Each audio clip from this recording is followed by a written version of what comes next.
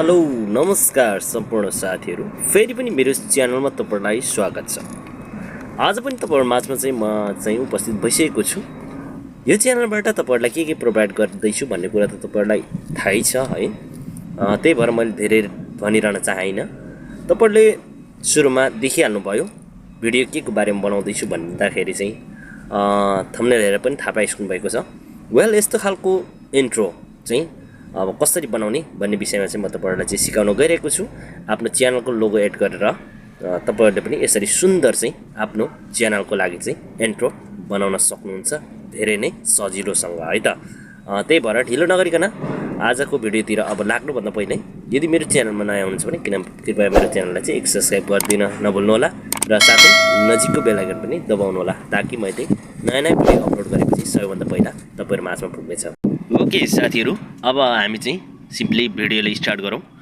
अब तपाईहरुले आफ्नो काइनमास्टरलाई खोल्नु होला। यसरी तपाईले चाहिँ काइनमास्टरलाई खोलेर चाहिँ आफ्नो इन्टरफेस पाउनुहुन्छ। प्लस आइकन यहाँ देख्दै हुनुहुन्छ। सिम्पली यसलाई चाहिँ प्लस आइकनलाई तपाईले दबाउनु होला। यसलाई प्रेस गरिसकेपछि तपाईले चाहिँ यहाँ पाउनुहुन्छ 16:9 को चाहिँ प्रोजेक्ट। यसलाई चाहिँ सिम्पली क्लिक गरेर नेक्स्ट गरिदिनुस्। अब सिम्पली तपाईले चाहिँ यहाँ इमेज चुज गर्नुपर्ने हुन्छ। कालो इमेज ल्याउनु होला, ब्ल्याक इमेज। यसलाई चाहिँ यसको टाइमलाइन बढाउनु होला, जति पनि तपाईले चाहिँ राख्न सक्नुहुन्छ भरे तपाईले मिलाउन सक्नुहुन्छ है त। अब सिम्पली तपाई स्टार्टिङ पोइन्टमा आउनुस्, त्यसपछि लेयरलाई क्लिक गर्नुस्, त्यसपछि मिडियामा जानुस्। अब त्यसपछि तपाईले चाहिँ आफ्नो लोगो कहाँ बनाएर राख्नु भएको छ, ब्याकग्राउन्ड रिमुभ गरेको त्यहाँ जानु होला। यदि तपाईलाई आफ्नो लोगो कसरी हटाउने, ब्याकग्राउन्ड कसरी रिमुभ गर्ने भन्ने विषयमा थाहा छैन भने तपाईले मेरो अघिल्लो भिडियोहरू हेर्नु होला। सबै टोटली तपाईले चाहिँ लोगो कसरी बनाउने देखि आफ्नो ब्याकग्राउन्ड कसरी हटाउने सबै पाउनुहुन्छ है त। अब सिम्पली यसलाई चाहिँ बढाउनु होला। यसरी बढाएपछि आफ्नो लोगो एड भइसकेको छ।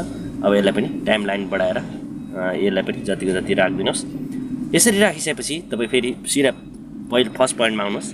त्यसपछि लेयरलाई क्लिक गरेर सिम्पली मिडियालाई क्लिक गर्नु होला। त्यसपछि क्लिक गरिसकेपछि तपाईले एउटा टेम्प्लेट यहाँ चाहिँ एड गर्नुपर्ने हुन्छ। जुन टेम्प्लेट चाहिँ यो इन्ट्रो बनाउनुको लागि हो। म तपाईहरुलाई चाहिँ यो टेम्प्लेट चाहिँ डिस्क्रिप्सनमा दिनेछु। मेरो डिस्क्रिप्सनबाट सजिलैसँग तपाईले डाउनलोड गर्न सक्नुहुन्छ है त। अब हामी सिम्पली यहाँको टेम्प्लेटलाई हामीले एड गरौँ। त्यसपछि चाहिँ यहाँ तपाईले देख्दै हुनुहुन्छ स्प्लिट टु स्क्रिन। यसलाई यति गरिसकेपछि तपाईको चाहिँ यहाँ बसिसकेको छ है।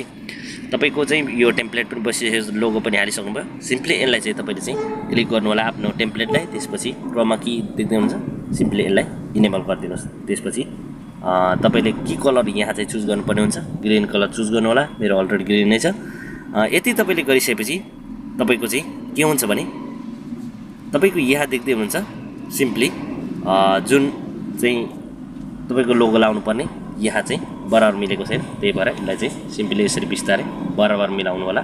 त्यसपछि यसलाई हल्का बढाएर ठ्याक्कै यहाँ चाहिँ साइज मिलाएर राखिदिनु होला। यति राखिसकेपछि तपाईको चाहिँ एकदमै सुन्दर बसिसकेको छ। अब चाहिँ तपाईको जुन लोगो छ यसलाई पनि घटाएर यहीँसम्म ल्याउनु होला, बराबर राखिदिनुस्। अब सिम्पली माथि कालो पनि तपाईको इमेज साइजलाई चाहिँ यसलाई पनि घटाएर बराबर राखिदिनुस्। यसरी सिम्पली बराबर राखिदिसकेपछि तपाईले चाहिँ अब यहाँनेरि कहाँ अन्त्य हुँदैछ यतिकोमा तपाईले कहाँ चाहिँ ठिक लाग्छ हैन, यतिकोमा चाहिँ तपाईले ट्याक्स एड गर्नुस्। आफ्नो जुन चाहिँ च्यानलको नाम छ त्यो लेखिदिनुस् ठुलो साइजबाट है। म पनि लेख्दैछु। यसरी चाहिँ आफ्नो च्यानलको नाम चाहिँ सजिलैसँग लेखिदिनु होला। यसरी लेखिसकेपछि तपाईले चाहिँ ओके गरिदिनुस्। त्यसपछि डबल यसलाई ट्याप गर्नुहोस्। त्यसपछि यहाँ नोटोसरी बोल्ड भन्ने छ, यसलाई सिम्पली क्लिक गर्नु होला। त्यसपछि तपाईले चाहिँ यहाँ सेन्टरमा राखिदिनुहोस् हैन। अब सिम्पली तपाईले चाहिँ यसलाई अलिकति सुन्दर बनाउनको लागि तपाईले चाहिँ क्यारेक्टरमा गएर चाहिँ टेक्स्ट अप्सनको क्यारेक्टरमा गएर तपाईले चाहिँ सिम्पली यसलाई चाहिँ 15 सम्म बनाइदिनुस्। यति बनाएपछि तपाईको सुन्दर देखिसकेको छ। अब सिम्पली यसलाई चाहिँ तपाईले चाहिँ कलर गर्न सक्नुहुन्छ।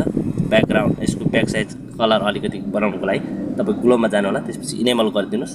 सिम्पली तपाईले चाहिँ पिङ्क कलर मैले चुज गरेँ, तपाईले जे पनि चुज गर्न सक्नुहुन्छ। त्यसपछि यसलाई चाहिँ यसको टाइमलाइन चाहिँ 50% राखिदिनुस्। अति सुन्दर देखिन्छ है। यदि तपाईले गरिसकेपछि सिम्पली यसलाई पनि तपाईले चाहिँ यो पनि यसको साइज पनि तपाईले ठ्याक्कै यहाँ ल्याउनुस्। यसलाई घटाएर है यसरी बराबर राखिदिनुस्। अब सिम्पली यो चाहिँ यसलाई चाहिँ तपाईले चाहिँ क्लिक गरेर इन एनिमेसनमा जानुस्। त्यसपछि यहाँ देख्दै हुनुहुन्छ तपाईले लेटर बाइ लेटर सिम्पली यसलाई क्लिक गरेर 0.5 बनाइदिनु होला है।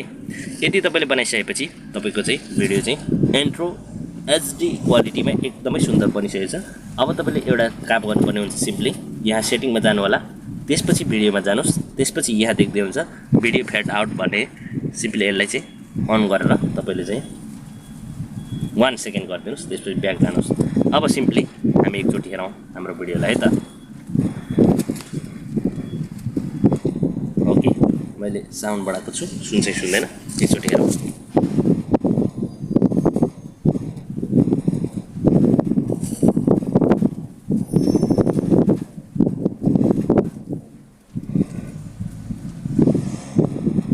ओके साथीहरू, तपाईँले मजाले देखिसक्नुभयो है भिडियो कस्तो बन्दो रहेछ इन्ट्रो भिडियो भनेर देखिसक्नुभयो। पक्कै पनि तपाईँले पनि अब सजिलैसँग यस्तो खालको इन्ट्रो बनाउनुहुन्छ भन्ने आशा गरेको छु।